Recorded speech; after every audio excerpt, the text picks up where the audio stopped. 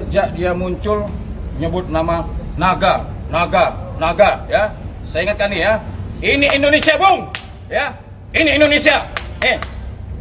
Tidak ada gambar naga. Ini gambarnya nih. Jadi jangan sebut-sebut nama naga. Ini Indonesia. Ya. Kenapa sekarang pemuda Pancasila hadir di sini? Karena kami sangat paham mengamalkan Pancasila. Ya. Jadi saya ingatkan lagi, jangan bawa-bawa sara. Ya, berulang-ulang kali dia menyebut-nyebut, saya lihat videonya itu berulang kali nyebut naga, bahkan dia sempat menyebutkan nama etnis, ya, dia sebut pribumi lah, dia sebut nama ini macam-macam aja ini orang ya. Jadi hari ini saya sudah resmi, ya, secara pribadi saya sudah melaporkan. Nah ini laporannya. Nanti saya minta teman-teman. Betul, kan saya itu pramugari pada akhirnya betul. Mancing ya pertanyaannya ya. Betul, Nanya, nggak usah mancing-mancing. Jadi kan kita lihat juga kemarin yang di Ray juga begitu kan, dia menginterview, yang diinterview itu pramugari mengaku bahwa dia menjajakan diri. Jadi ini adalah fakta yang terjadi di lapangan. Makanya saya tanyakan, kalau dilihat di sini nih, seberapa kaya dia nanya. Dari mana uangnya? Nanya kan? Kalau dia bilang dari uang sendiri ya. Bukan dari donasi. Bukan dari donasi. Kan orang lain, kalau dari donatur dia bilang uangnya sendiri. Uangnya sendiri dia kerja apa? Kerja apa? Nanya. Apakah dia kerja sebagai pelacur? Dia kerja sebagai pelacur? Kan nanya kita. Karena apa saya menanya? Ya kan, karena saya bingung, uangnya dari mana? Boleh dong orang bingung dong kalau kita punya tetangga tiba-tiba punya mobil mewah, kita nanya, bang, izin bang, itu mobil dari mana? Korupsi bukan, misalnya nanya kan? Ya kalau memang bukan tinggal jawab aja, bukan, itu simpel gitu loh. Kenapa mesti tersinggung ya? Kalau orang nanya soalnya.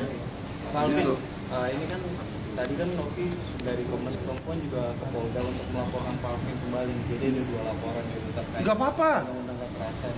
Laporin banyakan, 1000 laporan kalau perlu di situ ya.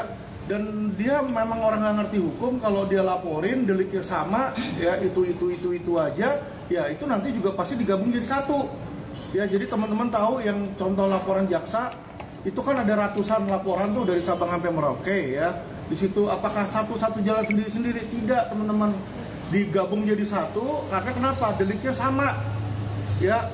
Jadi inilah orang yang nggak mengerti hukum. Dia berpikir dengan banyak melapor dia bisa lebih unggul. Tidak, karena kalau deliknya sama, kecuali saya mencemarkan nama baik, besok saya bunuh orang, nah itu 2 yang berbeda. Nah bisa itu 2 laporan polisi yang terpisah. Jadi itu yang harus, yang saya rasa ya lawyer mereka nggak ngerti. Tapi ya biarin aja lah, itu hak mereka. Selain Novi juga, ini kan ada Herwanto juga nih ikut melapor gitu ya kan. Jadi makin banyak gitu laporan-laporan yang terhadap abang itu. Mungkin ada pesan juga nggak bang buat Herwanto gitu yang kemarin juga melapor.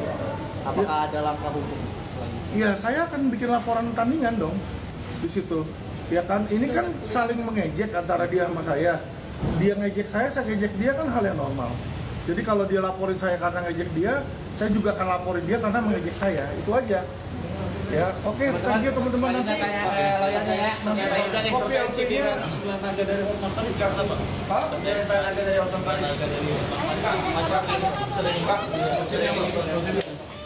wartawan bebas bertanya, Mbak. Tinggal dijawab, kenapa emosi sih? Teman-teman ya, nggak maafin. Ngomong dulu, minta maaf. Lebih jelasnya tanya. Karena teman saya dimarahin bang. Tahu kan tadi kita lagi nanya lo baik-baik. Ngomong dulu, minta maaf sama wartawan. Nggak maafin. Ngomong dulu, minta maaf. Naikin beritanya. Dia tadi ngomong apa lagi? Marahin. Hati-hati, kita juga diviralin sama dia.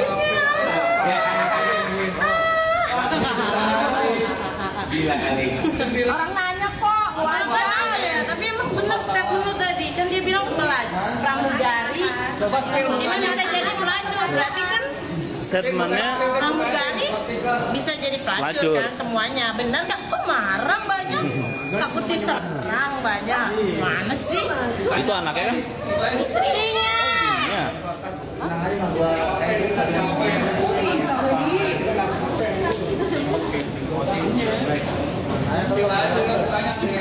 Wartawan dibentak-bentak. Ya, wartawan dibentak-bentak sama istrinya. Jadi ricu deh. Nggak jelas. Dia ngomong udah 2 jam nih kita lah. Kita mah lebih parah lagi kan, kita aja dari jam 11. Anaknya bantuin bapaknya gitu, kesian kali. Gua pikir anaknya. Lu tadi kenapa nggak langsung jawab? Tahan dulu gua mau. Jangan Iya, lagi wawancara. Di sini ngapain kamu lagi? Namanya juga media ditanya. Tapi saya kok mancing Dia juga kan tadi nanya. Siapanya si Agus yang masih gak mau? Padahal itu uang pribadi dari Bang Denny Sumargo. Wow, Agus dikasih uang pribadi sama Denny Sumargo nggak mau. Katanya kurang. Makanya Gus, kalau Anda ini dikasih amanah, ya, dikasih amanah oleh donatur, ya pergunakanlah dengan baik. Tujuan utama kan untuk menyembuhkan dan mengobati mata Anda. Belum apa-apa uangnya sudah kemana-mana. Yang jelas pihak yang bertanggung jawab atas donatur itu yaitu Mbak Novi dan Denny Sumargo. Meskipun uang itu masuk ke rekening Anda, sudah barang tentu ada pengawasan dari pihak ketua yayasan. Ya, kasihan. Bila dikasih uang pribadi sama Denny Sumargo nggak mau. Emang gaji Anda ini waktu kerja sebulan berapa sih, Gus? Hah? Apa 600 juta satu bulan? Kasihan. Gus. Ini adalah contoh orang yang nggak patut menerima bantuan terhadap orang lain. Makanya jadi orang itu jangan songong dikala sehat, dikala dipercaya sama bos jangan songong Anda. Itulah akibatnya kalau orang songong dan sombong. Disiram air keras mukanya. Kenapa nggak mulutnya sekalian dicekokin? Itu siapa mengambil haram itu? Karena sudah disahkan menjadi satu hak. Oke, selamat pagi. Jadi gini ya Pak ya. Jadi ketika kita memberi sesuatu ya, kalau salah gunakan ya, pasti orangnya nggak mau, nggak setuju gitu ya. Jangan mentang-mentang orang ngasih sesuatu terus tidak sesuai dengan perkataan dari awal gitu ya kan, yang dimana kan awalnya ini kan uang untuk perobatan gitu ya kan, uang untuk perobatan mata ya. Terus setelah uang ini udah terkumpul ya, mungkin kita tahu semua ya bahwa setelah uang udah terkumpul ini ya di rekeningnya si Agus Sedih ya, itu kan banyak liku-likunya ya. Salah satunya salah gunakan ya yang katanya lah bukan yang katanya, memang faktanya ya, itu dikirim ke kampung ya, kalau nggak salah 50 juta ya kan. Terus dikasih sama wawaknya kurang lebih 90 jutaan gitulah ya kan, belanja ya kan, beli HP ya kan. Nah sementara kan para donatur ngasih uang ataupun mensedekahkan uang mereka kan, itu kan fokus ke katanya yang dari awal, yang dimana kata Agus kan untuk perobatan mata gitu. Jadi orang yang mensedekahkan itu adalah untuk perobatan gitu, bukan untuk hal-hal yang lain. Seru banget guys, gue habis nonton podcastnya si Bang Pablo dengan Bang Densu. Ya, ini benar-benar dua sosok yang tadi podcast itu benar-benar punya hati mulia. Walaupun apapun keputusannya ya, walaupun apapun keputusan hakim nantinya yang memutuskan jikalau si Agus itu tidak dapat apa-apa ya kan, tetap mereka itu punya hati manusiawinya. Ya, sebenarnya apa yang mereka lakukan ini, misalnya Bang Pablo di pihak berdonatur itu untuk menggugat para pihak, ya kan, sebenarnya intinya adalah supaya Agus sadar, guys, ya, supaya Agus sadar.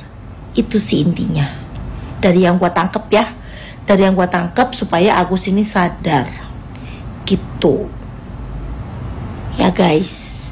Tapi dia nggak sadar, gue gimana dong, ya kan? Dari bulan 9 gue bikin konten supaya dia sadar, tapi nggak sadar, guys. Mungkin dengan cara ini, ya, dengan cara ini para donatur turun gunung, ya kan, yang didampingi oleh Bang Pablo sebagai kuasa hukumnya, ya kan, itu memang udah titik tertingginya, udah puncaknya gitu. Ya, mudah-mudahan aja deh Gus, makanya sadar Gus. Aduh, udah gue bilang dari kemarin lu, ya kan, nonton nih deh konten gue dari awal, ya kan, dari awal juga gue udah bilang Gus, sadar Gus, sadar. Lu nggak sadar silah, ya. Tapi biar bagaimanapun juga tuh dua tokoh, ya kan, tetap punya hati mulia, ya, punya hati mulia, tetap atas dasar kemanusiaan gitu, ya. Sadar Gus, makanya tuh lu udah di LP-in, katanya ada laporan polisi dugaan pidana gitu kan. Kayaknya Gus, aduh.